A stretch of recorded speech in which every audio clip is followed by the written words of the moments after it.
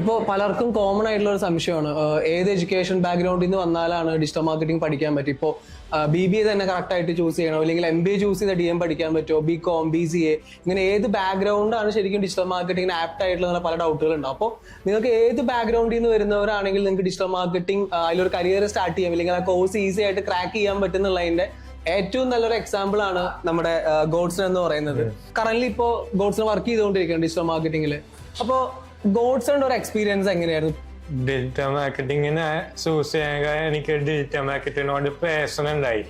അപ്പൊ BCom കഴിഞ്ഞപ്പോ ഞാൻ ഒരു സൂപ്പർ മാർക്കറ്റില് ബില്ലിംഗ് സ്റ്റാഫായി വർക്ക് ചെയ്തിട്ടുണ്ടെന്ന് വെച്ചാൽ ഈ സോഷ്യൽ മീഡിയ സെർച്ച് ചെയ്തുകൊണ്ട് നിൽക്കുമ്പോ ആണ് സൂപ്പർ കണ്ണിക്ക് സൂപ്പർ കണ്ട് അങ്ങനെ എത്തി.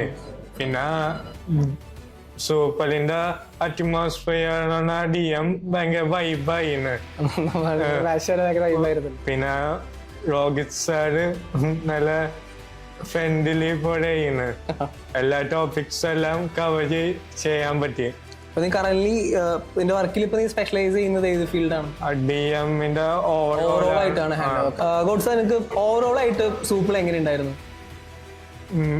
എന്റെ സ്റ്റഡി ആയാലും അല്ലാണ്ട് ഫ്രണ്ട്ഷിപ്പ് ആയാലും അറ്റ്മോസ്ഫിയർ ആയാലും എല്ലാം നല്ല വൈബായിരുന്നു.